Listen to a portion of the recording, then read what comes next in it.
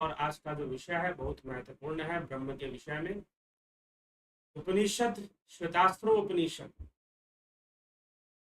ब्रह्म का कोई कार्य नहीं, अर्थात ब्रह्म कुछ करता नहीं।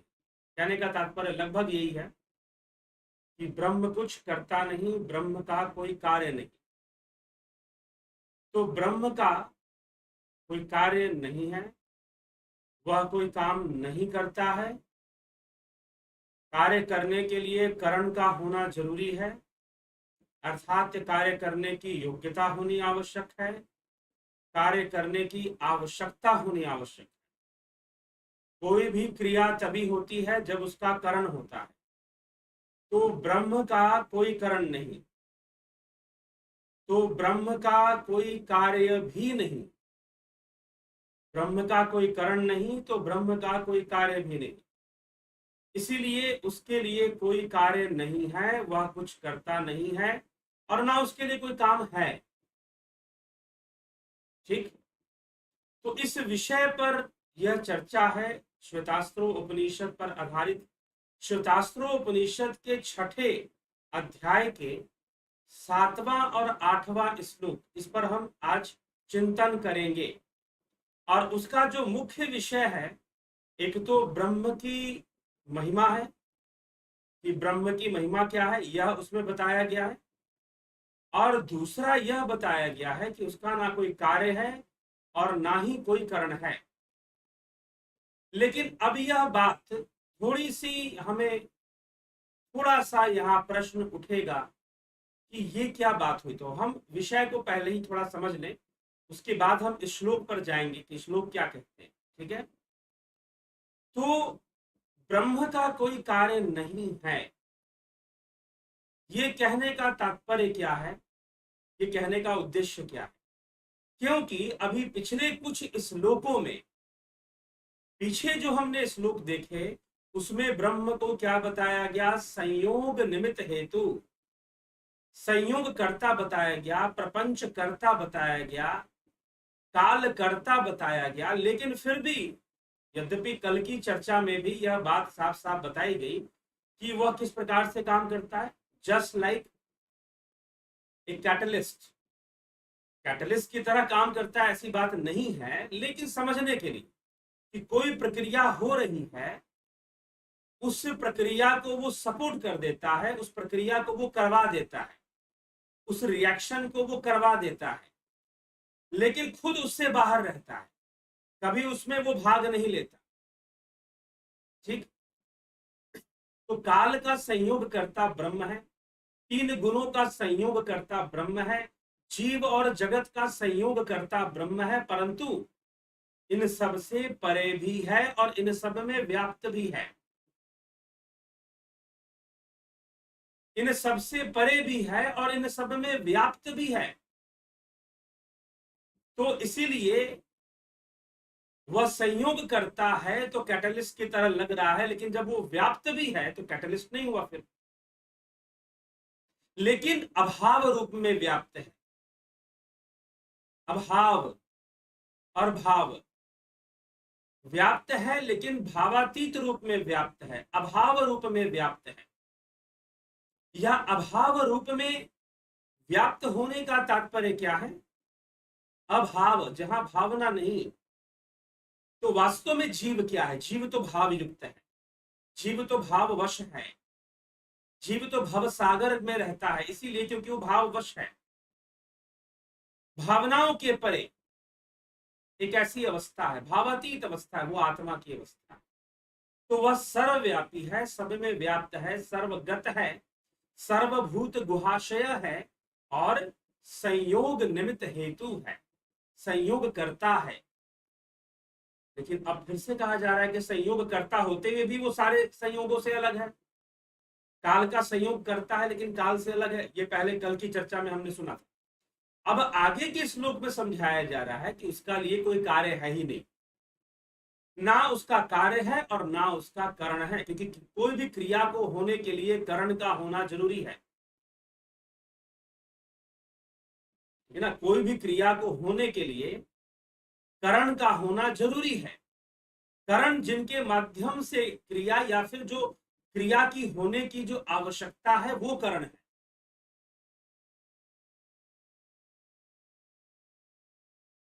ठीक ना? या जिनके माध्यम से क्रिया होनी है, या फिर जो आवश्यकता होती है, नीड टू डू समथिंग, उसको हम करण पढ़ते हैं, करण कहा जाता है। व्याकरण में भी करण की बारे में पढ़ा जाता है, हिंदी व्याकरण का अगर आप अध्ययन करें। ठीक, तो ये विषय समझना, और इसी विषय को समझाया जा रहा है कि ब्रह्म के लिए कोई कार्य नहीं, वह कुछ करता नहीं है। तो यही एक बात है जिसको लेकर काफी ज्यादा लोगों के मन में द्वंद्व होता है कि ईश्वर ही करता है, लेकिन ईश्वर ही अकर्ता है भाई। वह कुछ भी ना करने वाला और सब कुछ करने वाला, कुछ ना करते हुए भी सब कुछ करने वाला, कुछ ना करते हुए भी सब कुछ करने वाला। क्योंकि यही यही थोड़ा सा विषय है जो हमारे उपनिषद समझाना चाहते हैं कि वह जो भी करता है वह भाव युक्त नहीं होता, अनइंटेंशनल होता है, अनइंटेंशनल, विदाउट एनी इंटेंशन। वो इंटेंशन फ्री है, या फिर यूं कहिए सारे इंटेंशंस को बनाने वाला भी वही है। जितनी ये भव सागर, साफ साफ से कहा गया ना, भव भूतम। पिछले श्लोक में, कल की चर्चा में हमने सुना भव भूतम, अर्थात भव और भूत का संयोग करता है, जीव और संसार का संयोग करता है। जीव को अस्तित्व में लाने वाला वही ब्रह्म है, संसार को अस्तित्व में लाना वही ब्रह्म है। सारे इंटेंशंस को बनाने वाला, सारी भावनाओं नियतों को बनाने वाला, विचारों को बनाने वाला वही है, परंतु वह सब उन सबसे परे है। तो वो इंटेंशन लेस होकर इंटेंशनल वर्ल्ड को क्रिएट कर देता है, इंटेंशन लेस होकर इंटेंशनल वर्ल्ड को क्रिएट कर देता है। ये ब्रह्म का काम है। फिर से हम एक उदाहरण पर जा रहे हैं समझने के लिए सर। क्या उदाहरण? बिजली, electricity. Electricity has no intention to move the fan, to rotate the fan. Electricity का ऐसा कोई इंटेंशन नहीं है कि पंखा घूमना चाहिए। ठीक है, इलेक्ट्रिसिटी का ऐसा कोई इंटेंशन नहीं है कि पंखा घूमना चाहिए। वो तो भाई दौड़ रही है, तारों में दौड़ रही है, और वैसे ही पंखे में भी दौड़ रही है, वैसे ही टीवी में भी दौड़ रही है, वैसे ही हर जगह दौड़ रही है। वो जहां भी उसका मीडियम है उसमें बिजली जो है दौड़ रही है, फ्लो कर रही है। इलेक्ट्रिसिटी करंट जो है फ्लो करता है। तो करंट जैसे वायर में फ्लो कर रहा है वैसे ही फैन में फ्लो कर रहा है। लेकिन जब फैन से फ्लो करता है तो फैन घूमने लगता है, जब टीवी से फ्लो करता है तो टीवी में न्यूज आने लग जाता है, फिल्में आने लग जाती हैं, एडवर्टीजमेंट दिखाई देने लग जाते हैं, बहुत तरह के picture, moving pictures and pictures हमारे सामने आ जाते हैं अगर हम टीवी से वही इलेक्ट्रिसिटी पास करती है। Electricity just passing. बिजली आपको फिल्में नहीं दिखाती, बिजली आपको हवा नहीं देती, बिजली आपको मशीन देती है ना। बिजली तो एक फ्लो है, वह तार से गुजर रही है, कुछ नहीं हो रहा। वही बिजली जब पंखे से गुजरती है तो क्या होता है भैया? पंखा घूमने लग जाता है। वही बिजली जब पंखे से गुजरती है तो पंखा घूमने लग जाता है। वही बिजली तार से गुजरती है, तार से तो हवा नहीं आती, ना तार में फिल्में दिखाई देती है, ना न्यूज दिखाई देते। लेकिन वही बिजली जब टीवी से गुजरती है तो न्यूज दिखाई देगा, फिल्में दिखाई देंगी। तो बेचारी बिजली का कोई इंटेंशन नहीं है, वो तो बस अपना काम, जो उसका नेचर है, जो स्वभाव है, जो स्वभाव है वो उसके अनुसार ही अपना काम कर रही है।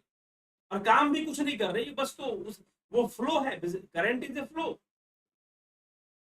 तो फ्लो में रहना उसका नैसर्गिक गुण है, स्वभाव है उसका, ना कि वह कुछ कर रहा है। तो कुछ इस प्रकार से अगर आप समझ पाते हैं तो आगे का विषय, आज का विषय निश्चय ही समझ में आ जाएगा कि ब्रह्म कोई कार्य नहीं करता, ब्रह्म का कोई कार्य नहीं है, उसका कोई कारण नहीं है। तो फिर ये संयोग करता, प्रपंच करता जो उसे कहा जा रहा है, क्यों? ये सारी चीजें ब्रह्म के द्वारा स्वभाववश हो रही है, ठीक है ना? वो कर नहीं रहा है कुछ, वो बस हो रही है। इसीलिए पहले भी मैंने कहा था कि भगवान ने हमको पैदा कर दिया तो अपने पास बुलाना क्यों था, हमें क्या जरूरत है? अरे तुमको पैदा ही नहीं किया भगवान ने। तुम्हारे मन में ये प्रश्न ही नहीं आना चाहिए कि किसने तुमको बना, किसने बनाया नहीं। You are the result of natural intelligence, और नेचर आपको संभाल के रखती है। नेचर कहाँ कहती है कि जाओ, माया कहती है कि छोड़ के जाओ, जी नहीं। ये तो तुम्हारा विवेक जागृत हो जाता है और तुमको लगता है कि भाई इसमें तो बहुत बड़ा चक्कर है, पुनरअपि जननम पुनरअपि मरणम, बार बार जन्म लेना, बार बार मृत्यु को प्राप्त होना, यही लगा रहेगा हमेशा, और हम दुखी होते रहेंगे, अनेकों दुखों से दुखी होते रहेंगे, फिर क्या फायदा? ठीक है। तो ये चीज हमें समझना है, ठीक है ना? ये चीज हमें समझना है। तो इसीलिए ईश्वर ने तुम्हें ना बनाया है, हाँ, लेकिन तुम्हारे बनने में ईश्वर की भूमिका तो जरूर है, लेकिन बनाया फिर भी नहीं, क्योंकि वह नॉन इंटेंशनल है। वह नॉन इंटेंशनल है, उसका कोई इंटेंशन नहीं है कि तुम बन जाओ, उसका कोई इंटेंशन नहीं है कि तुम बन जाओ, तुम अस्तित्व में आ जाओ। ना उसकी कोई नीड है, ना उसकी कोई आवश्यकता है, ठीक। तो जो कुछ भी उसके द्वारा हो रहा है वह सब उसका स्वाभाविक गुण है, वह सब उसका स्वभाव मात्र है, और कुछ नहीं कह सकते इसके लिए। तो यही बात समझाई जा रही है। आइए चलिए श्लोकों पर चलते हैं और समझते हैं। तो क्या कहते हैं? सप्तम श्लोक, छठा अध्याय, श्वेतास्त्र उपनिषद। तमीश्वराणाम परमं महेश्वरम तम वेदातानाम परमं च दैवतम पतिम पतिनाम परमं प्रस्ताद विदाम देवम भुवनेश मिड्डयम, भुवनेश मीडयम। अर्थात उस ईश्वरों के भी जो परम महेश्वर हैं, उस ईश्वरों के भी जो परम महेश्वर हैं, देवता नाम च परमम दैवतम, जो देवताओं के भी परम देव हैं, पति नाम परमम पतिम, जो पतियों के भी परम पति हैं। पति मतलब रक्षा करने वाला, पथ रखने वाला। ईश्वर जो कभी नष्ट नहीं होता, देव जो सबको देने वाला है, जो परम दाता है, वो देव है। तो जो देवों के भी परम देवता हैं, जो ईश्वरों के भी परम ईश्वर हैं, जो पतियों के भी परम पति हैं, ऐसा यहां कहा जा रहा है। पति नाम परमम पतिम भुवनेशम, समस्त ब्रह्मांड के स्वामी हैं। इड़यम, स्तुति करने योग्य हैं। उस देव प्रकाश रूप जो देव है उसको परस्तात, सबसे परे जानते हैं। देवम परस्तात, उस देव को, उस परम देव को, जो देवताओं को भी देव है, हम उनको सबसे परे जानते हैं। मतलब इन देवताओं से हम परे जानते हैं। और भाव युक्त जो ईश्वर, जिसे आप भावनाओं के वशीभूत ईश्वर ईश्वर पुकारते रहते हो, दैव दैव पुकारते रहते हो, दुखी होते हो तो दैव दैव दैव पुकारते रहते हो, क्या कर लेगा आकर?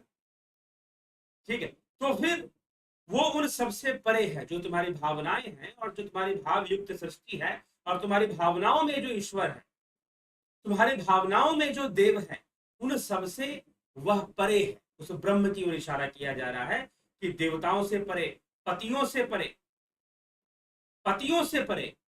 जो पति, अब शिव भी पति हैं, शिव तो पूरे जगत के ही पति हैं कहे जाते। बाकी जो विवाह संस्कार होता है उसमें एक पति होती है, एक पत्नी होती है। तो पति पत्नी, पति पत रखने वाला, पत्नी भी पत रखने वाली होती है, इसलिए अर्थों को समझिएगा। ठीक, कुछ लोग कहते हैं कि भाई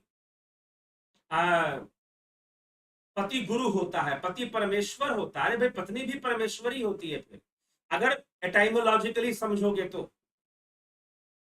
एटाइमोलॉजिकली कहने का मतलब शब्द व्युत्पत्ति का विज्ञान, निरुक्त के अनुसार यास्क मुनि का निरुक्त अर्थों को देता है। ठीक है, तो अगर अर्थों से जाओगे, अगर तुम कहते हो कि पुत्र नरक से तारने वाला, तो पुत्री नरक से तारने वाली। अगर शास्त्र सम्मत अर्थों को निकालोगे तो शास्त्र सम्मत अर्थ है जो निरुक्त के द्वारा निकाल दिए जाते हैं। इसलिए अपने मन मर्जी का अर्थ निकालने से नहीं होगा। मन मर्जी का अर्थ निकालोगे और निरुक्त का अध्ययन करोगे तो धज्जियां उड़ जाती हैं कई लोगों की। ठीक, इसीलिए निरुक्त शास्त्र है। 6 वेदांगों में निरुक्त एक वेदांग है। तो कई जगहों पर कई बातें निरुक्त के अनुसार भी, या वैसे तो निरुक्त का अध्ययन एक अलग विषय है, उसमें तर्कपूर्ण अध्ययन होता है, परंतु जो शाब्दिक अर्थ हैं उनको भी समझना चाहिए आपको, आप क्या बोल रहे हो। ठीक है, अगर उसको नहीं समझेंगे कि शब्द का क्या अर्थ है तो फिर निश्चय ही आप गलत अर्थ निकालेंगे और गलत बातें समझेंगे। और फिर यही तो है ना, इसीलिए गोस्वामी जी ने क्या कहा, मार्ग सोई जाके जो भावा, पंडित सोई जो गाल बजावा, मिथ्यारंभ दमरति जोई, ताके संत कहे सब कोई। छोटा सा दिमाग, थोड़ा सा दिमाग लगा लोगे तो समझ में आ जाएगा। पुत्र मतलब नरक से तारने वाला, तो पुत्री का क्या मतलब होगा भाई? नरक से तारने वाली, बात खत्म। या तो पुत्री शब्द का प्रयोग ही नहीं होना चाहिए, फिर पुत्री शब्द का प्रयोग नहीं होना चाहिए। पति पत्नी, पति पत रखने वाला, पत्नी पत रखने वाली। मात्र पति की जिम्मेदारी नहीं है कि पत्नी की रक्षा करे, पत्नी की भी जिम्मेदारी है कि पति की रक्षा करे। अर्थ तो यही कहता है, बाकी तुम अपनी अपनी परिभाषाएं बना लो तो बात अलग। अर्थ तो यही कहता है। ठीक है, तो शब्द बदलो। अगर आपको अर्थ बदलने का शौक है तो शब्द भी बदलो। पुत्री शब्द का प्रयोग बंद करो, पत्नी शब्द का प्रयोग बंद करो फिर। ठीक, लेकिन भाषा के अनुसार तो अर्थ वही निकलेगा। तो इसीलिए ऐसा नहीं है, इसको समझना पड़ेगा। तो पति, पत रखने वाला, वो पतियों का परम पति है, सभी पतियों का परम पति है वो। ठीक है, फिर देवों का परम देव है वो, ईश्वरों का भी परम ईश्वर। ईश्वरों का क्यों कहा गया ईश्वरों का परम ईश्वर? क्योंकि ज्यादातर लोग ईश्वर को भावनात्मक सत्ता के रूप में देखते हैं, भाव सत्ता के रूप में, कि हम बुलाएंगे और भगवान दौड़े आएंगे। ठीक है ना, हम बुलाएंगे और भगवान दौड़े आएंगे हमारी रक्षा के लिए। तो इस भावनात्मक रूप में जो जिस ईश्वर को तुम देखते हो, उस ईश्वर से परे है वो ब्रह्म, उसकी चर्चा यहां पर की जा रही है। उस ईश्वर से परे है वो ब्रह्म, उस देव से परे है वो ब्रह्म। तो आपके जितने भी इष्ट हैं, चाहे आप किसी को भी इष्ट मानते हो, अच्छी बात है, मेरे इष्ट तो ये हैं, मेरे इष्ट तो वो हैं, मैं तो इनकी पूजा विशेष रूप से करता हूं, इनमें श्रद्धा विशेष रूप से रखता हूं। यस, आप कर सकते हैं, लेकिन जिस ब्रह्म की चर्चा हो रही है वो उससे परे है। ये कहने की कोशिश की जा रही है। यहां पर ये बताया जा रहा है कि आप जिस भी इष्ट को मानते हैं, आपके उस इष्ट से परे है वो ब्रह्म। ठीक, तो ईश्वरों से परे, देवों से परे, पतियों से परे, संपूर्ण ब्रह्मांड का स्वामी, संपूर्ण ब्रह्मांड का जो स्वामी है उसके लिए कहा जा रहा है। संपूर्ण ब्रह्मांड का स्वामी वो परमेश्वर, वह महेश्वर सबसे परे है। देवम परस्तात विदाम, वह सबसे परे है। अब आगे उसके लिए क्या कहा जा रहा है अगले श्लोक में, 8वें श्लोक में देखें। न तस्य कार्यम करणम च विद्यते, न तस्य कार्यम करणम च विद्यते, ना उसका कोई कार्य है ना ही उसका कोई करण है।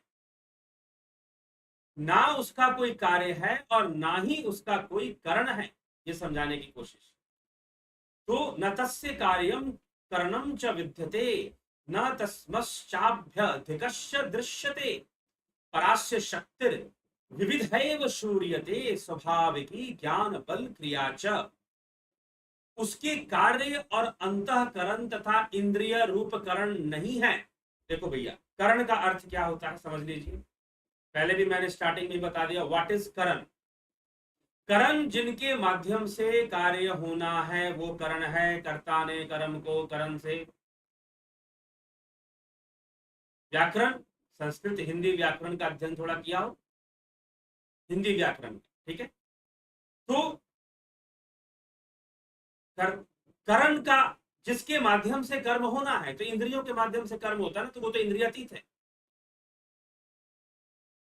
हाँ, इंद्रियों का संयोग करता जरूर है, कर्मों का संयोग करता जरूर है वो, लेकिन वह उससे परे है। तो अब यहां पर समझाया जा रहा है, साफ लिखा जा रहा है, न तस्य कार्यम करणम च विद्यते, न तस्य कार्यम करणम च विद्यते। अब मैं मित्रों एक बात और बीच में लेना चाहूंगा, ये सब चर्चा, उपनिषद की ये चर्चाएं वैदिक चर्चा, शुद्ध वैदिक चर्चा है, ये ध्यान रखिएगा। पहली बात तो ये, और यह मूल उपनिषद, 9 उपनिषदों को मूल उपनिषद के रूप में देखा जाता है, माना गया कि शादी 9 उपनिषद जो है उस पर हम चर्चा, क्योंकि अगर इनके कॉन्सेप्ट्स आपको क्लियर हो गए हैं तो आप मान के चलिए कि उपनिषदिक विचारधारा आपको क्लियर है। अब चाहे आप 108 का अध्ययन कर लो, हाँ उसमें और कई तरह की बातें मिलेंगी, लेकिन जो मूल विचारधारा है वो वैसे की वैसे ही मिलने वाली है। आज हालांकि हम छांदोग्य भी पढ़ेंगे, इस चैनल के माध्यम से छांदोग्य पर भी आएंगे, बृहद आरण्यक पर भी आएंगे अवश्य। समय लगने वाला है, चर्चा चलती रहेगी, चिंता ना करें, जुड़े रहें, बने रहें, ठीक। तो यहां पर जो कहा जा रहा है कि तस्य कारणम कर्यम नास्ति, उसका ना कोई कार्य है ना उसका कोई कारण है, जानना बहुत जरूरी है। क्यों जरूरी है? क्योंकि शास्त्र, अगर हम कुछ जानते हैं, तो अगर हम साधक नहीं भी हैं, ध्यान योगी नहीं भी, हाँ वास्तविक ज्ञान तो ध्यान योग से ही संभव है, अगर नहीं भी हैं तो कम से कम आडंबरियों से, पाखंडियों से और विद्रोह, जो सनातन विरोधी हैं उनसे जरूर अपना बचाव कर लेंगे, ठीक है। क्योंकि समझाने वाले यहां आ जाएंगे कि वो तो एक है, वो तो एक ही सबका मालिक है, वही ऊपर वाला है। तो पूरे उपनिषद में किसी ऊपर वाले की चर्चा नहीं है, किसी मालिक की चर्चा नहीं, ठीक है, ये ध्यान रखिएगा। हाँ, एक कहा गया है, वो तत्व रूप से एक है, संख्या में एक नहीं है। एक बात ध्यान रखिएगा, फिर से मैं रिपीट कर रहा हूं, वो तत्व रूप से एक है, लेकिन गिनती में एक नहीं है। वो तो अनंत है, इनफाइनाइट है भाई, उसको एक कैसे कह सकते हो आप? तो इसीलिए अद्वैतवादियों ने एक कहना उनको अच्छा नहीं लगा, तो उन्होंने कहा अद्वैत, अद्वैत शब्द का प्रयोग किया। तो वो तत्व रूप में एक है, लेकिन गिनती में एक नहीं है, वो गिनती में तो अनंत है, ठीक है, इनफाइनाइट है, आप उसे गिन ही नहीं सकते। और तत्व रूप में भी एक कैसे? क्योंकि वो अनेक तत्वों का संयोग तो वही कर रहा है, वह तो आखिरी तत्व है, अल्टीमेट तत्व है, जिससे कि बाकी तत्वों का निर्माण हुआ है, बाकी तत्वों का संयोग करता वही है, तो वही एक तत्व है और वही आखिरी तत्व है, दूसरा कोई तत्व नहीं। तो ये समझे, तो वो गिनती में एक नहीं है, वो भावातीत है। तो एक कहने वाले जो समुदाय के लोग हैं, वो कई बार एक कहकर छोड़ देते हैं, बाकी बातें नहीं बताते, क्योंकि उनको पता है कि भाई सामने वाले उपनिषद तो पढ़ते नहीं है, इनको बस मोड़ लेते हैं, जितना बेवकूफ बना सकते हैं बना सकते हैं। क्या इतनी भीड़, आप सोचो कि कोई वो था ना, क्या नाम, मुंबई के अंदर, उसको जो अभी भागा हुआ है वो नायक, ठीक ना, कोई नायक करके जो था, जो जिसके ऊपर कुछ कानून भी सरकार ने लगा के रखा है, तो वो व्यक्ति क्या करता था, वेदों के कुछ सूत्र निकाल लिए, कुछ उपनिषदों के सूत्र निकाल लिए अपनी मर्जी वाले, तस्य प्रतिमा नास्ति, अभी श्वेतास्त्रोपनिषद में चर्चा हुई ना, तस्य प्रतिमा नास्ति, निकाल लिया सूत्र। और बेचारे हिंदू जो थे उनको पता ही नहीं उपनिषद क्या कहते हैं, उपनिषद में ब्रह्म की चर्चा कैसे है और गॉड की चर्चा या अल्लाह खुदा की चर्चा कैसे है, किस प्रकार से है। Very different, very very very different, lot of differences. God is every doer, every doing, everything is done by God, लेकिन वो आपकी प्रार्थना सुनता है, वो आप प्रेयर करते हो, आप उसका से प्रार्थना सुनता है, आपके लिए वो कृपा करता है, ठीक है। लेकिन जो ब्रह्म है वो अकर्ता है, अकर्ता भाव को लेकर है। तो यहां पर अब समझाया जा रहा है इस श्लोक के अंदर, तो कितना बड़ा डिफरेंस आ जाए, क्या उस डिफरेंस को कोई ईमानदारी से समझाएगा, कितना बड़ा अंतर आ जाएगा। तो ब्रह्म पूजा का विषय नहीं है, इसीलिए तो इतनी बार मैं इस चैनल पर बोल चुका हूं कि परमात्मा की पूजा नहीं होती, ध्यान होता है। ध्यान योग की प्रक्रिया है, अष्टांग योग का मार्ग है, उसके लिए योग का मार्ग है, उसके लिए पूजा देवों की होगी। तो ब्रह्म के लिए यहां पर साफ साफ कहा जा रहा है कि वह परमात्मा क्या है, न तस्य कार्यम करणम च विद्यते न तत् समस्याभ्यधिकश्च दृश्यते। अभी एक और बात यहां पर कहा जा रहा है कि वह कभी दिखता भी नहीं है। परास्य शक्ति विविधैव श्रूयते स्वाभाविकी ज्ञान बल क्रिया च, कि उसके कार्य नहीं है, उसके करण भी नहीं है, अर्थात जैसे कि हमारे करण इंद्रियां हैं, तो उसके पास कोई इंद्रियां नहीं जिससे कि वो कर्म करेगा, नहीं है। अभ्यधिक, उससे बड़ा और उसके समान कोई दूसरा नहीं जो जिसको जाना जा सके, तथा इस परमेश्वर की ज्ञान, ज्ञान बल क्रिया, ज्ञान बल और क्रिया रूप स्वाभाविक, स्वभाव की पराशक्ति विविधा एव श्रूयते। सुनिए अब ध्यान से, स्वाभाविकी पराशक्ति, उसकी पराशक्ति है, स्वाभाविकी पराशक्ति मतलब स्वाभाविक रूप से उसकी पराशक्ति काम करती है। तो स्वाभाविकी पराशक्ति, परास्य शक्तिर विविधैव श्रूयते स्वाभाविकी ज्ञान बल क्रिया च, ज्ञान बल और क्रिया के रूप में उसकी स्वाभाविकी पराशक्ति काम करती है।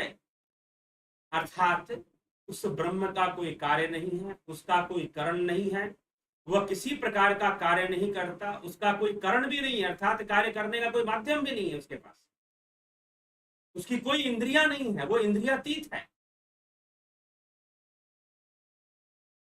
ठीक है।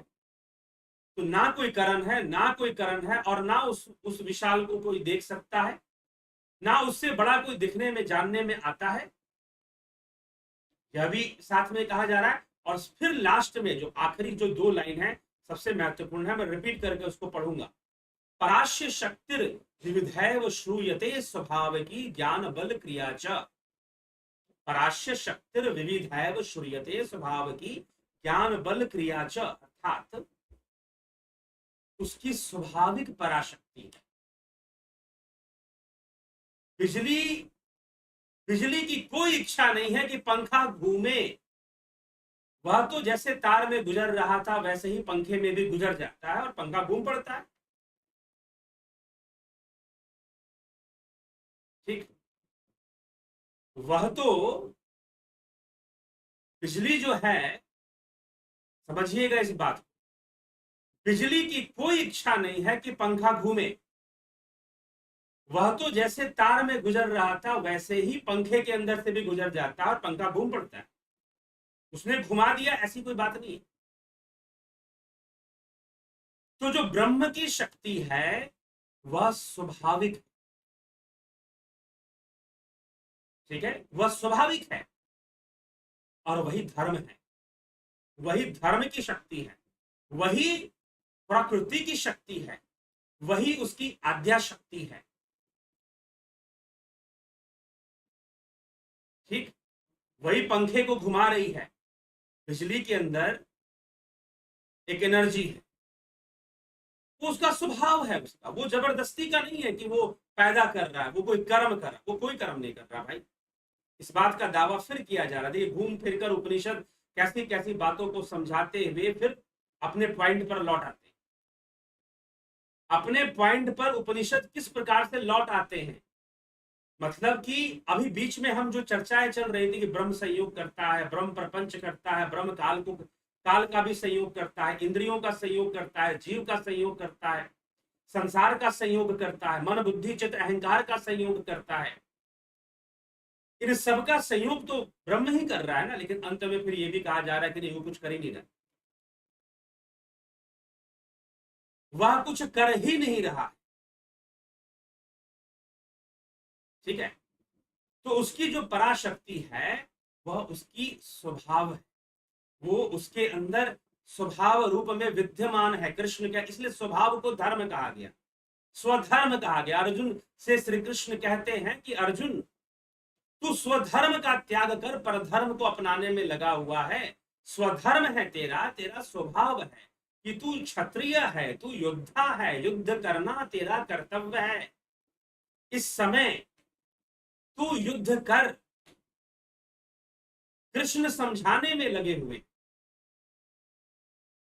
क्योंकि तू ये जो तू कह रहा है, अभी क्षणिक मोह आ गया है तेरे अंदर, तू मोहासक्त हो गया है, और मोहासक्त होकर तू ये कह रहा है कि नहीं, मैं युद्ध नहीं करूंगा, ब्रह्मचारियों के भांति भिक्षा मांगकर जीवन गुजार दूंगा। तू ये कह तो रहा है, लेकिन तेरा ये स्वभाव नहीं है, तेरा ये स्वधर्म नहीं है। तेरा स्वधर्म इस समय तो अपने क्षत्रिय धर्म की पालना है। तेरा यह कर्तव्य है कि तू युद्ध कर, क्योंकि तू अगर ब्रह्मचारी बन भी जाएगा तो मिथ्या आचरण होगा। क्यों मिथ्या आचरण होगा? क्योंकि बन तो जाएगा ब्रह्मचारी, मन लगा रहेगा कुरुक्षेत्र में। ब्रह्म तो जाएगा ब्रह्मचारी, लेकिन मन लगा रहेगा कुरुक्षेत्र में तेरा, तो मिथ्या आचरण ही तो कहलाएगा ना फिर वो। उसी को तो मिथ्याचारी कहेंगे ना। बाहर से साधु दिखाई दे रहा और मन ही मन कुछ और कर रहा हो भैया। ठीक है, तो इसीलिए बस इस तथ्य को समझ लेना अच्छे से। तो जीवन ब्रह्म क्या कर रहा है? संयोग करता है। उसकी पराशक्ति, उसकी पराशक्ति सारे संयोग बनाती है। बिजली के अंदर एक शक्ति है, बिजली पैदा नहीं करता, उस शक्ति को बिजली पैदा नहीं करता, उस शक्ति को बिजली फैलाता भी नहीं है, उस शक्ति को बिजली को आज्ञा नहीं देता कि भाई पंखा को घुमाना है, टीवी को नहीं चलाना है। नहीं नहीं, बिजली बिजली का कनेक्शन एक बार हो गया तो हो गया। बिजली की मर्जी नहीं है और ना वो कुछ करता है। ठीक है, बिजली में जो ताकत है, जो शक्ति है, वो उसका स्वाभाविक गुण है, वह उसकी स्वाभाविकता है। इसी प्रकार पराशक्ति जो है ब्रह्म की, अब उसे आप शिव और आद्या शक्ति के रूप में देख सकते हैं। शिव और शिव की आद्या शक्ति, सती शिव की आद्या शक्ति शिवा के रूप में मानी गई है, पार्वती जी। ठीक है, तो शिव और शिव की आद्या शक्ति, तो जो आद्या शक्ति है वो उसका स्वभाव है, वो कोई जबरदस्ती की चीज नहीं। उसने कही हम कहते हैं हम अपनी एनर्जी को बढ़ाएंगे घटाएंगे, जी नहीं। वो जो आद्या शक्ति ब्रह्म के साथ है, उसके स्वभाव के रूप में, मतलब दोनों में कोई भिन्नता नहीं है। अब करंट फ्लो होता है तो वो मैग्नेटिक फील्ड क्रिएट करता है। जब करंट फ्लो होगा वायर से तो मैग्नेटिक फील्ड को क्रिएट कर देगा चारों तरफ। इस दिशा में जाएगा तो ऐसे क्रिएट कर देगा मैग्नेटिक फील्ड को। तो उसने मैग्नेटिक फील्ड को क्रिएट करना, वो क्रिएट नहीं करता है, उसका स्वभाव है। उसका स्वभाव है कि जहां से बिजली, नंगी तार से अगर बिजली दौड़े तो चारों तरफ मैग्नेटिक फील्ड क्रिएट करेगी, ये उसका स्वभाव है।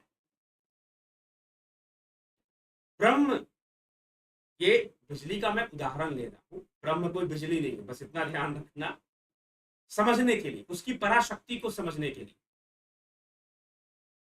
उसकी पराशक्ति उसका क्या है, स्वभाव है, मतलब वो धर्म है।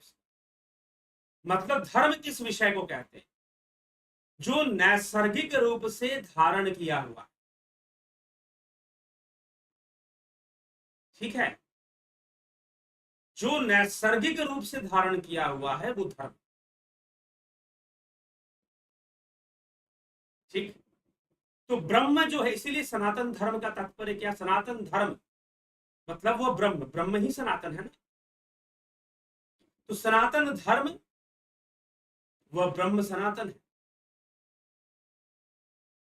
तो उसने, वो हर जगह व्याप्त है, तो उसी ने सब कुछ धारण किया हुआ है अपने अंदर, अपने गर्भ में, समझ लो।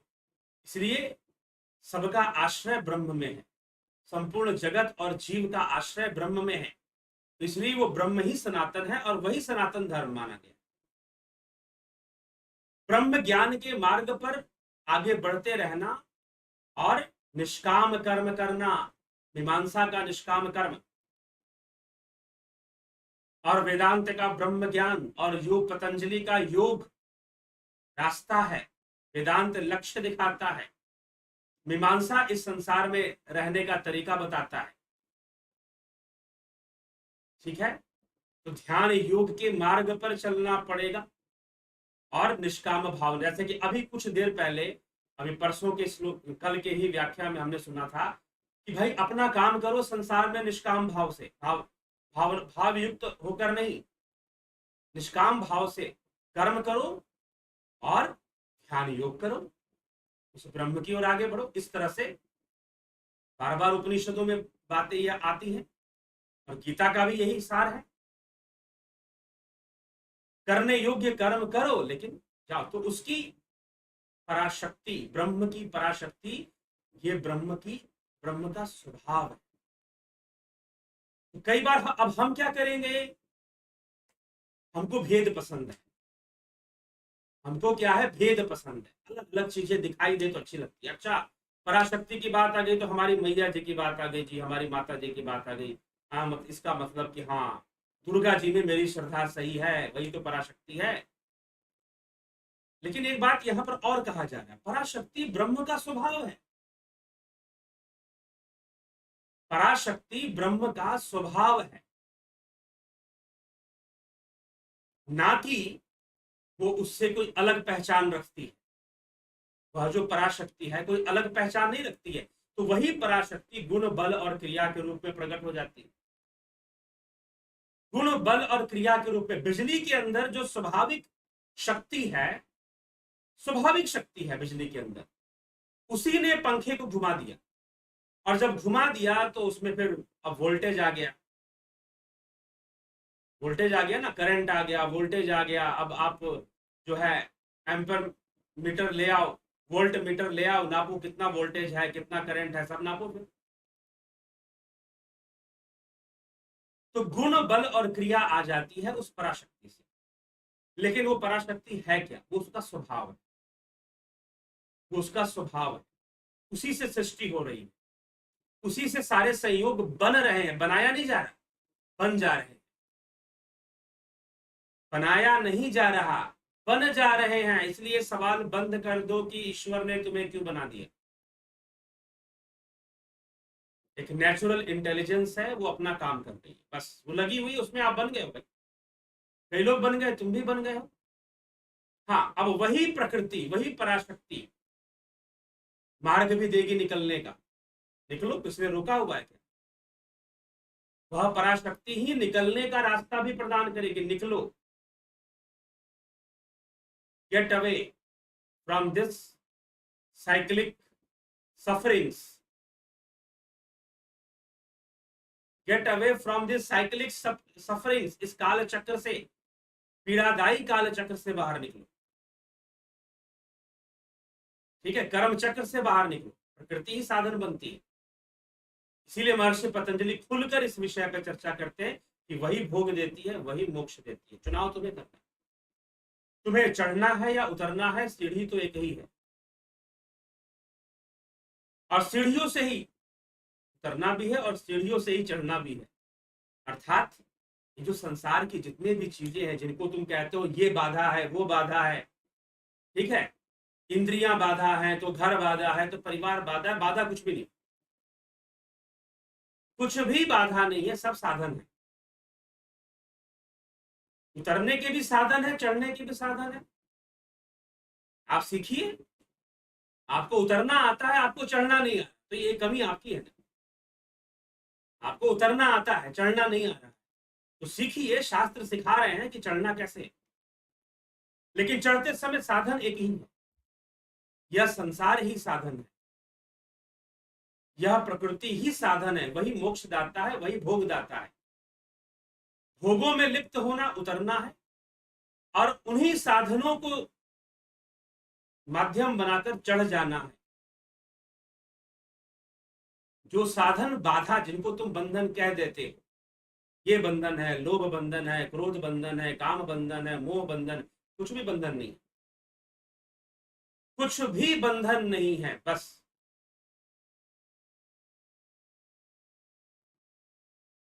ठीक, बंधन क्या है कि हमें आता नहीं,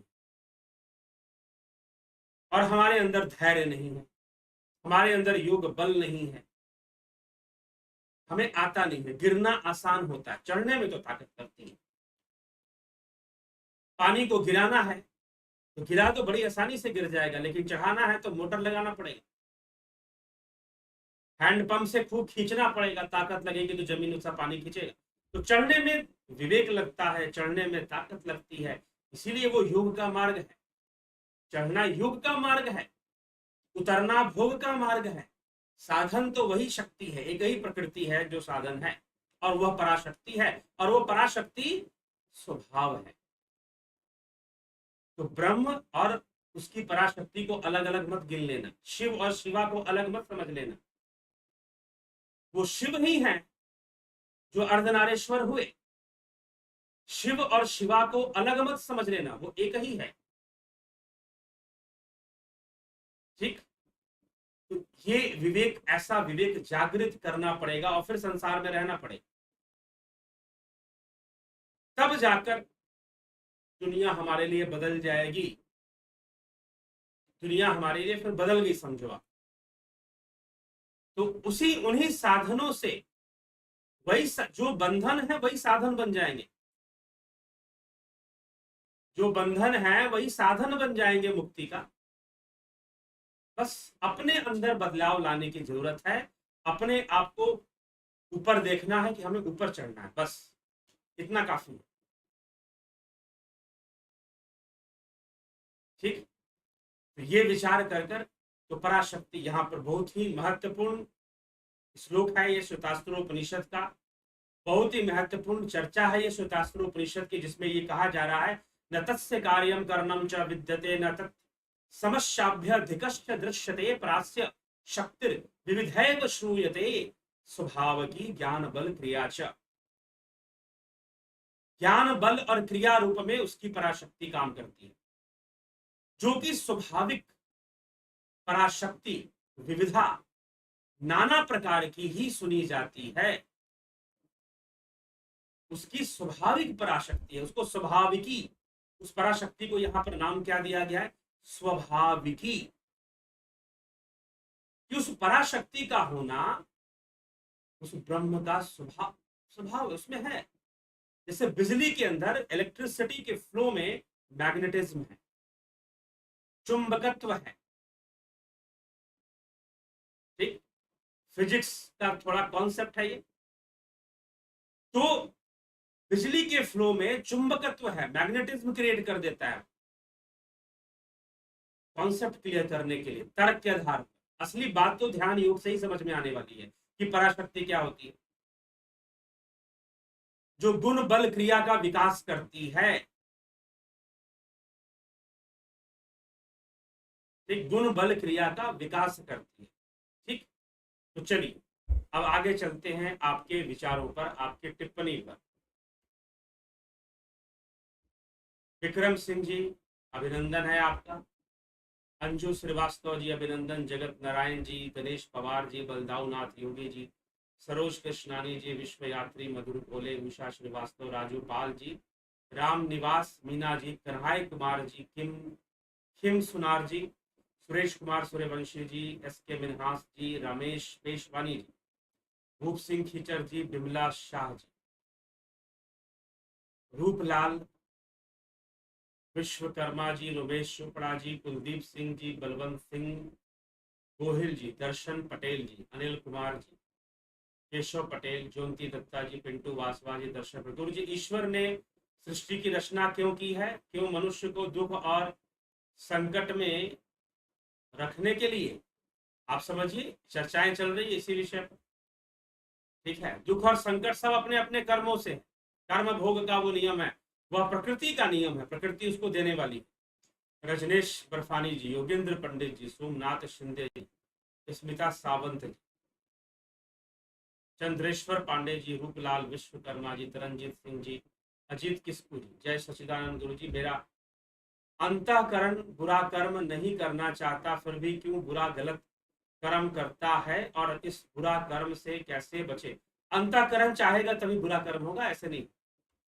हाँ, आपका जो अंतःकरण में जो कुछ संस्कार ऐसे हैं जो ये कहते हैं कि भाई बुरा कर्म नहीं करना चाहिए, लेकिन कुछ ऐसे संस्कार भी हावी हैं, जो ज्यादा हावी हैं, वो आपसे बुरा कर्म करवा ही लेते हैं। तो बिना अंतःकरण के कोई कर्म नहीं होता, ये ध्यान रखिए। हाँ, अंतःकरण में ये द्वंद है, ये द्वंदात्मक संस्कार है। एक कहता है कि नहीं, बुरा कर्म नहीं करना चाहिए, और अंतःकरण ही कहता है, अंतःकरण ही फोर्स करता है कि कर भी लो।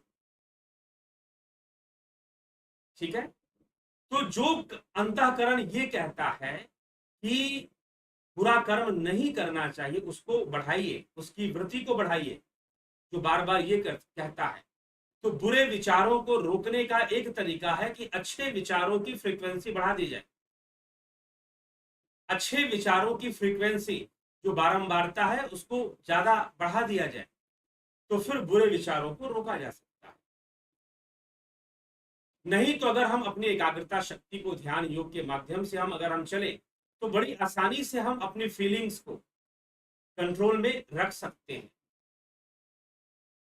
ठीक है, तो ये चीज है। तो अंतःकरण ऐसा नहीं है, अंतःकरण वो आंतरिक माध्यम है कर्मों को करने का। करण मतलब जो कर्मों को करने में सहयोगी हो, जिनके द्वारा कर्म होना है, उसी को करण कहते हैं।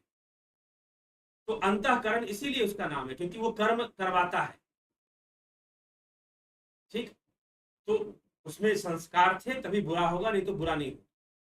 उदय शंकर जी, रचना आर के जी, हेमेंद्र कुमार जी, नमस्कार सर जी। क्या आत्मा और ब्रह्म दोनों एक ही है या अलग अलग? एक ही है, उपनिषद के अनुसार एक ही तत्व है आत्मा और ब्रह्म। ठीक, सुंदरलाल वर्मा जी, अभिनंदन। भाई वाह सिंह जी, क्या हमारे पास फ्री विल है? जी नहीं, फ्री विल नहीं है। अगर हम प्रकृति की बात करें तो प्रकृति के परवश होने के कारण हमारे पास बियॉन्ड नेचर फ्री विल नहीं है। हाँ, इनसाइड नेचर फ्री विल है। एक कैदी जेल में है, एक कैदी जेल में है, तो भाई अब जेल के बाहर निकलने की फ्री विल उसको नहीं है, लेकिन जेल के अंदर ही इधर से उधर घूमने की तो फ्री विल है। ठीक, तो बियॉन्ड नेचर जाने की जो फ्री विल है वो हमारे अंदर नहीं है, लेकिन बियॉन्ड नेचर जाने की इच्छा करने की स्वतंत्रता है। आप इच्छा कर सकते हैं। अब फ्री विल आप किसको समझ रहे हैं, ये निर्भर करता है। तो नेचर ही हमें एक फ्री विल देती है। वो चीज है, वो नेचर ही दे रही है, वो नेचर ही दे रही है, प्रकृति ही विवेक देती है हमें। हम इस बंधन में हैं, हमें इस बंधन से मुक्त होना कौन समझा रहा है? प्रकृति ही समझा रही है। इसलिए योग माया, एक माया और एक योग माया। वो माया योग माया कोई दो अलग अलग चीजें नहीं है, वो एक ही माया है, जिसको हम जब हम योग मार्गी बन जाते हैं, और माया जब योग मार्ग में सहायक होती है तो योग माया। तो श्री कृष्ण भगवान अपने योग बल से, योग ऐश्वर्य से, इसलिए उन्होंने अर्जुन को योग ऐश्वर्य रूप का दर्शन करवाया। तो अपने योग बल से वो धरती पर अवतरित होते हैं, इसीलिए सिद्धों का अवतार जीवन मुक्तों का अवतार होता है। तो वो इसीलिए वो कहते हैं कि मैं योग माया से आया, मतलब अपने योग बल से आया। ठीक, तो योग माया और माया या भोग माया उसको कह लीजिए, जो भोगों में लिप्त कर देती है। तो ये है, तो हमें नेचर में रहना है, नेचर को ही, प्रकृति के ही भोग विषयों को भोगना है, या फिर हमें मुक्ति चाहिए। इन दोनों का जो कारक है, इन दोनों का जो साधन है, जो करण है, वह प्रकृति ही है। ठीक, तो ये दोनों चीजें वही, इसीलिए कहा गया ना कि भोग और मोक्ष दोनों प्रकृति देती है। तो हमारी कोई फ्री विल नहीं है, हमारे पास विल फिक्स्ड है। हमारी इंद्रियां फिक्स चीजों को देखती हैं, फिक्स कलर्स को ही देख पाती है, सब कुछ नहीं देख पाती। पर क्या परमात्मा अपवित्र वस्तु में है? इस पर एक वीडियो है, उसको एक बार जाकर सुन लीजिए। ठीक, तो ओवरऑल जब आप जाएंगे और चिंतन करेंगे, मनन करेंगे, तो आप पाएंगे there is no free will. But जैसे कि एक कैदी को जेल से बाहर निकलने की तो छूट नहीं है, अब जेल के अंदर इधर जाए उधर जाए उसकी फ्री विल है, तो वैसे नेचर में है। कर्म करो, कर्म संस्कार हावी होते हैं, संस्कार हावी हो जाते हैं, कर्म करवा लेते हैं। अच्छे संस्कार हो हावी हो गए, पुण्य कर्म करवा लेंगे। बुरे संस्कार हावी हो गए तो पाप कर्म करवा लेंगे। उसमें भी बहुत ज्यादा फ्री विल नामक चीज नहीं, बस एक फ्री विल उसमें है प्रेयर की, प्रार्थना की कि हमें बुरे कर्मों से बचाए, हमें अच्छे कर्म, वो भी जब विवेक जागृत होगा तब। तो प्रार्थना भी कौन करेगा? प्रार्थना भी करना है, यह भी प्रकृति समझाती है। किसी ना किसी को निमित्त बना देगी, वो समझाएगा आकर कि भाई प्रार्थना करो, बुरे कर्मों से बचो, नहीं तो बुरा फल मिलेगा। ठीक है, तो विवेक वाली बात यहां पर आ जाती। तो ओवरऑल जब आप देखेंगे there is no free will. Mahesh Makwana ji, Gambhir Shah जी, मस्तराम जी, अमृतपाल सिंह जी, गुरु जी, द्वंद्व नाम की कोई चीज होती ही नहीं, तो फिर हम द्वंद्व में क्यों सोचे? बिजली भी वही है, पंखा भी वही है, कूलर भी वही है, एसी भी वही है, सागर भी वही है। बात ये नहीं कि हम क्यों सोचे, ये तो कर्ता अकर्ता और करण को समझाने के लिए बार बार बताया जाता है, इसलिए तो हम कह देते हैं। सबसे बड़ी बात तो यह है कि सोचने की ये प्रक्रिया के बाहर है। यह तो ध्यान योग का विषय है, सोचो ही मत, ध्यान योग करो ना। करना है तो ध्यान योग करिए, सारे विचारों को रोक दीजिए, निर्विचार की अवस्था में जाइए। तो निर्विचार की अवस्था वास्तविक रूप में क्या है, यह समझना पड़ेगा। मैं ऐसे बैठ जाऊं और मैंने कहा मैंने विचारों को रोक दिया, तो क्या विचार रुक गए? जी नहीं, निद्रा को भी निर्विचार नहीं माना गया। महर्षि पतंजलि ने निद्रा को वृत्ति माना। पंच वृत्तियों का जहां पर वो वर्णन करते हैं, वहां पर निद्रा भी है। ठीक, प्रत्यक्ष, विपर्य, विकल्प, निद्रा और स्मृति, ये पंच वृत्तियों का सिद्धांत दिया गया है योग सूत्र में। इसीलिए योग सूत्र बहुत सूक्ष्म व्याख्या है, बहुत सूक्ष्म व्याख्या है। तो इसीलिए निद्रा भी एक वृत्ति है, निद्रा भी एक तरह की वृत्ति है। वहां आप नहीं सोच रहे होते कुछ भी। तो निर्विचार अवस्था एक बहुत ही रहस्यमय अवस्था है। तो हम नहीं सोचे, यह तो कॉन्सेप्ट क्लियर करने के लिए इसलिए रिपीट कर देता हूं मैं बार बार कि बिजली और पंखे का उदाहरण लिया जा रहा है समझने के लिए। शायद आप देखते देखते कहीं कुछ और स्लिप कर कर देखते होंगे, शायद इसीलिए वो सेंटेंस छूट जाता हो। ठीक, सतीश कुमार जी, नीतीश सिन्हा जी, हेमंत कुमार जी, सर जी हम आपसे साधना सीखना है, लेकिन हमें रात का समय मिलता है, दिन का नहीं। रात का समय तो और अच्छी बात है, सीख तो आप जाएंगे वैसे भी। ठीक, अगर ऑनलाइन सीखना चाहते हैं तो, ऑफलाइन सीखना चाहते तो सामने बैठना पड़ेगा, समय निकालना पड़ेगा। जिसको भी सीखना है वो समय तो निकालता ही है। ठीक है, अगर नहीं समय निकल रहा तो शायद अभी उतनी तीव्र इच्छा नहीं हो पा रही है या संयोग नहीं बन पा रहा, जो मानिए आप उसे। ठीक, अगर तीव्र इच्छा बनेगी तो हम कैसे ना कैसे रास्ता निकालेंगे उसके लिए, संयोग बनाएंगे उसके लिए। तो ऑनलाइन सीखना है तो कोई दिक्कत नहीं, अगर सारे दिन आप ड्यूटी करते हैं, रात का ही समय मिलता है, तो भी ऑनलाइन मीडियम से आप सीख सकते हैं। ठीक है, ऑफलाइन में सीखना है तो फिर तो उसके लिए आपको समय निकालना पड़ेगा।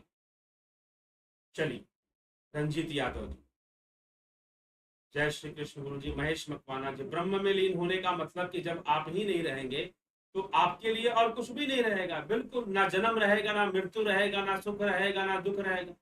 और जब तक सुख दुख में घूमने में मजा आ रहा है, जब तक जन्म मृत्यु में मजा आ रहा है, तब तक ब्रह्म नहीं है।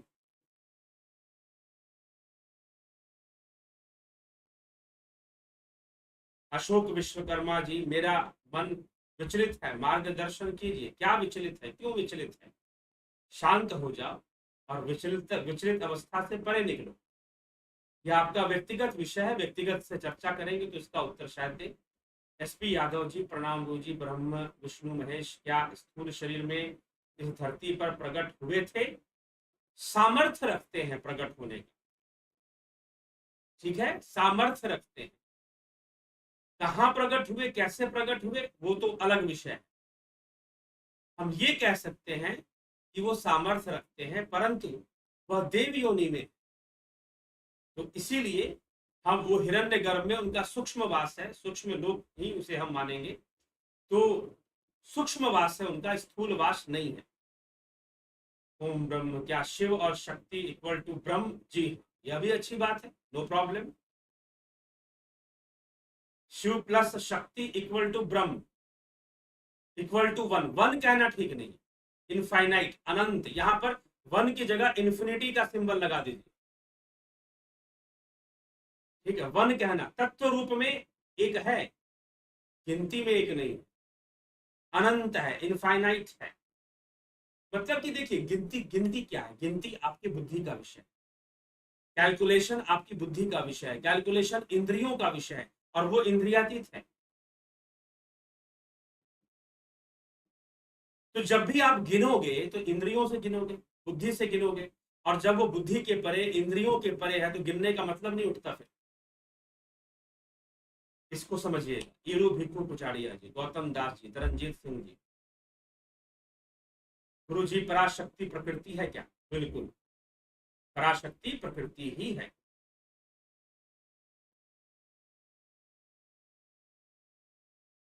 तुलसीदास जी ने तो लिखा है कि बिन कर कर्म करो विधि नाना। इसका क्या मतलब है, बिन कर कर्म करो विधि नाना? कितनी बार इस बात की चर्चा हो चुकी है कि कुछ ना करते हुए भी सर्व करता है, कुछ ना करते हुए भी सर्व करता है वो। आप समझ लीजिए फिर क्या है उसका अर्थ। ब्रह्म तत्व ही सर्वोपरि है, किसी भी एक को आधार बनाकर देखना पड़ेगा, वो मूल आधार खुद आप ही हो और कोई नहीं। अफंता प्रोडक्शन जी, नमस्कार। रावत माइक्रो जी, संतोष ढूंढे, क्या ध्यान करते समय हमारी ऊर्जा चक्र से ऊर्जा प्रवाह मूलाधार चक्र से ब्रह्म चक्र तक पहुंचता है, क्योंकि बाहर शरीर में कंपन पैदा होता है और झटके लगते हैं, तो साधक सही दिशा में जा रहा है। कंपन भी पैदा होता है, झटके भी लगते हैं, और हो सकता है ऐसा ना भी हो सबके साथ। ठीक है, तो इसका मतलब ये नहीं कि वो ध्यान योग उसका नहीं हो रहा है। किसी एक चीज को पकड़कर फिक्स नहीं कर सकते, बस इतना समझिए। संतोष ढूंढे, कई बार शब्द है। सुंदर लाल वर्मा, ब्रह्म की पराशक्ति ही क्या त्रिगुणी मई माया है, जो उपनिषद में अपरा विद्या कही। अपरा विद्या उसी का एक रूप है, अपरा प्रकृति उसको कहते हैं। ठीक, what is space inside body and outside body? Thank you. ठीक, सुजय सिन्हा, थैंक्स लॉर्ड। भारत लाल, गुरु जी जय हरि। नाभि कमल में अमृत है, जो निरंतर एक रूप से वो करता बह रहा है, फिर बोलने वाला कौन है, कृपया मार्गदर्शन करें। वो सबका संयोग करता है, वो सबको सबका संयोग बनाने वाला है। आप हम यहाँ बैठे हैं, वही संयोग बना रहा है।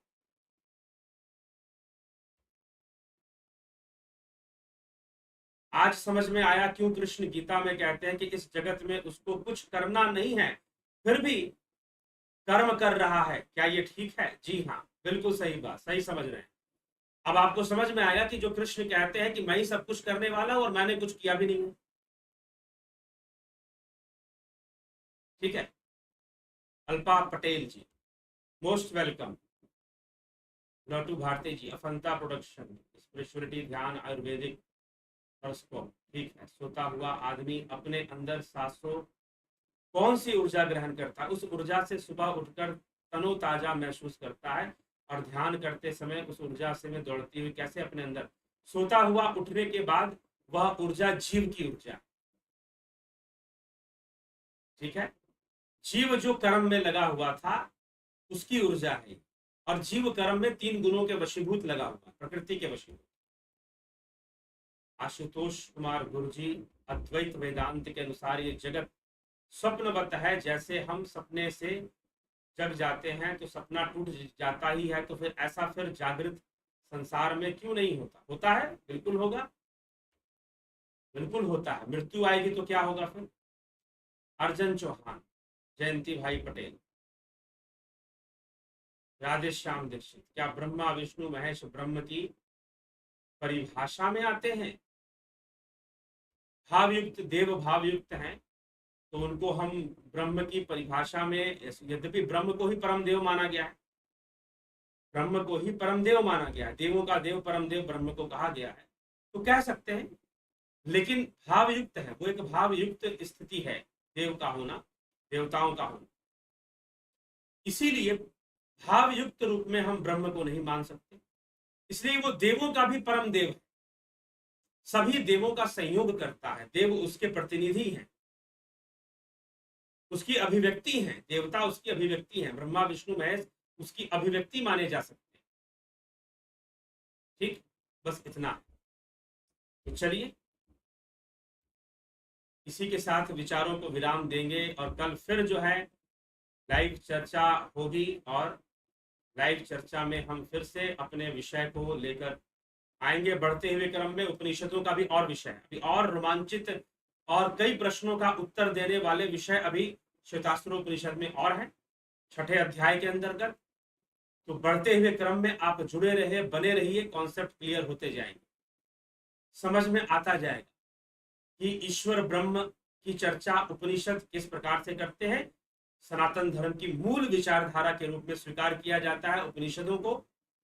तो इसको जितना हम समझेंगे उतने बेहतर तरीके से बहुत सारी बातें समझ में आएंगी, जीवन समझ में आएगा। ठीक है, तो ये चीजें हैं, और भी साथ में वीडियोस लाइफ के ऊपर, लाइफ प्रॉब्लम्स के ऊपर भी आ रही हैं आजकल, आएंगी आगे। किसी ने कहा कि उपनिषद पे चर्चा होती है तो बहुत सारे जो मानव मन की समस्याएं हैं उस पर चर्चा नहीं होती, फिर सामाजिक चीजों पे चर्चा नहीं हो पाती। तो कुछ ऐसा हो कि वो भी, क्योंकि अभी तो इसकी लंबी श्रृंखला है उपनिषदों की और शास्त्रों की, इस पर हम चर्चा करते रहेंगे। यहाँ तक कि लोग रिपीट करने के लिए भी कहते हैं कि फिर से योग सूत्र पर लाइव में योग सूत्र के जो वीडियोस हैं वो अपलोडेड हैं, तो लाइव में उसकी चर्चा हो, ऐसा भी लोग कहते हैं।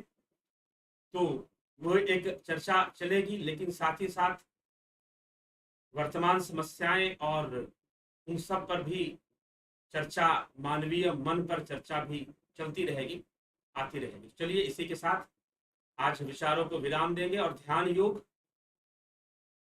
क्लास कोर्स 29 तारीख से शुरू हो रहा है, 29 तारीख से शुरू हो रहा है। तो 29 तारीख से जो कोर्स स्टार्ट हो रहा है आप उसको ज्वाइन कर लीजिए, और ध्यान योग की प्रक्रिया से जुड़ना चाहते हैं, सीखना चाहते हैं, इसको समझना चाहते हैं, इसका आनंद उठाना चाहते हैं, लाभ उठाना चाहते हैं, और जीवन को बेहतर तरीके से जीना चाहते हैं, तो ध्यान योग तो करना ही चाहिए। तो अपने जीवन को बेहतर बनाने के लिए, सही तरीके से जीवन जीने के लिए ध्यान योग सहायक है, और मुक्ति का भी साधन है। ध्यान योग तो मुक्ति का भी साधन है फिर तो निश्चय ही। वास्तव में देखिए मुक्ति है क्या चीज, किसी दिन मैं इसी पर बोलूंगा कि भाई लोग जो ये बार बार मुझसे प्रश्न करते हैं, आज भी किसी ने पूछा कि हम तो ब्रह्म में लीन हो जाएंगे, तो हम तो रहेंगे ही नहीं। जैसे उनको लगता है कि ब्रह्म में लीन होना बस अभी हो जाएंगे, कहां से अभी हो जाओ। ठीक है, तो मुक्ति के मार्ग पर चलना, मोक्ष के मार्ग पर चलना, यही जीवन जीने का सही तरीका। हाँ, ये अलग बात है कि आप मोक्ष के मार्ग पर भ्रमित अवस्था में चल रहे हैं। ठीक है, आप बहुत कुछ दूसरी बातें समझकर बैठे हुए हैं, शास्त्र ज्ञान सही से नहीं मिल पाया। नहीं, शिव कहते हैं इदम तीर्थ मिदम तीर्थ भ्रमंती तामसा जना आत्म तीर्थम न जानंती कथम मोक्षम वरानने। हे पार्वती, जो बहुत सारे तीर्थों की यात्रा होती है वो तामसी लोग उसे करते हैं, लेकिन जो आत्म तीर्थ को नहीं जानता उसका मोक्ष नहीं होता। कथम मोक्षम वराणे वराण्य, उसका मोक्ष संभव नहीं है। जो बहुत सारे तीर्थों की यात्रा तो बाहर से कर रहा है, लेकिन आत्म तीर्थ की यात्रा नहीं कर रहा है, कई रहस्य हैं। सत्य मानिए, मोक्ष के मार्ग पर चलना, मुक्ति के मार्ग पर चलना एक अच्छे से जीवन जीने का तरीका है, एक बेहतरीन जीवन जीने का तरीका है कि आप मुक्ति के मार्ग पर चलें, ध्यान योग करें। तो फिर जब आप मुक्ति के मार्ग पर चलेंगे तो आप स्वयं अपनी भावनाओं से, अपनी संवेदनाओं का नियंत्रण अपने अंदर ले आने की कोशिश करेंगे। आप चाहेंगे कि हमारा मन जो है हमारे कंट्रोल में रहे, हमारी इंद्रियां हमारे कंट्रोल में रहे। आप ऐसा प्रयास शुरू कर देंगे तो लाइफ जो है बदलेगी, जीवन बदलेगा, और सही तरीके से फिर बदलना शुरू होगा। कोई जबरदस्ती का क्रोध नियंत्रण नहीं, कोई जबरदस्ती का इंद्रिय नियंत्रण नहीं, एक प्रोसेस, टेक्निकली चीजें आगे बढ़ेंगे फिर। बस इस यही ध्यान योग की प्रक्रिया है। तो निश्चय ध्यान योग, अगर जीवन को बेहतर तरीके से जीना चाहते हैं, बेहतर तरीके से जीवन हम तभी जी सकते हैं जब हमारी चीजों पर हमारा नियंत्रण हो, और हमारी चीजें, हमारा अपना शरीर, हमारा मन, हमारा अंतःकरण, हमारी बुद्धि, हमारी इंद्रियां, यही हमारी कहना नहीं मानती, तो बाकी दुनिया से क्या कहना मनवा लोगे। तो इनको जितना हम जानेंगे, समझेंगे और ध्यान योग के मार्ग पर चलेंगे तो ये नियंत्रण में आएंगी, और यही मुक्ति का साधन बनेगा और एक बेहतर जीवन का साधन बनेगा। तो इसलिए मैं कहता हूं, छोड़ दो मुक्ति मोक्ष तो भूल ही जाओ, जीवन अच्छे से जियो ना, जीवन अच्छे से जीना सीखो। और ध्यान योग से ज्यादा सहयोगी उसमें दूसरा कुछ भी नहीं हो सकता। ठीक है, ध्यान योग से ज्यादा सहयोगी, इसलिए ध्यान योग का कोर्स ज्वाइन करें। व्हाट्सएप में पता करें, नंबर मैं आपको फिर से दे रहा हूं।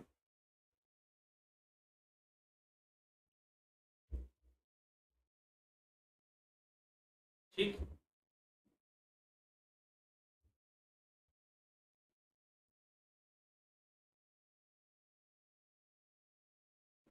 तो ध्यान योग कोर्स 29 तारीख से जो प्रारंभ हो रहा है, उसका लाभ अवश्य अवश्य उठाएं। ठीक है, तो चलिए इसी के साथ विराम देंगे। बहुत बहुत आभार आप सभी का। कल फिर सुबह, क्षमा करें, कल फिर रात्रि 9 बजे हम यहाँ पर फिर मिलेंगे लाइव चर्चा में।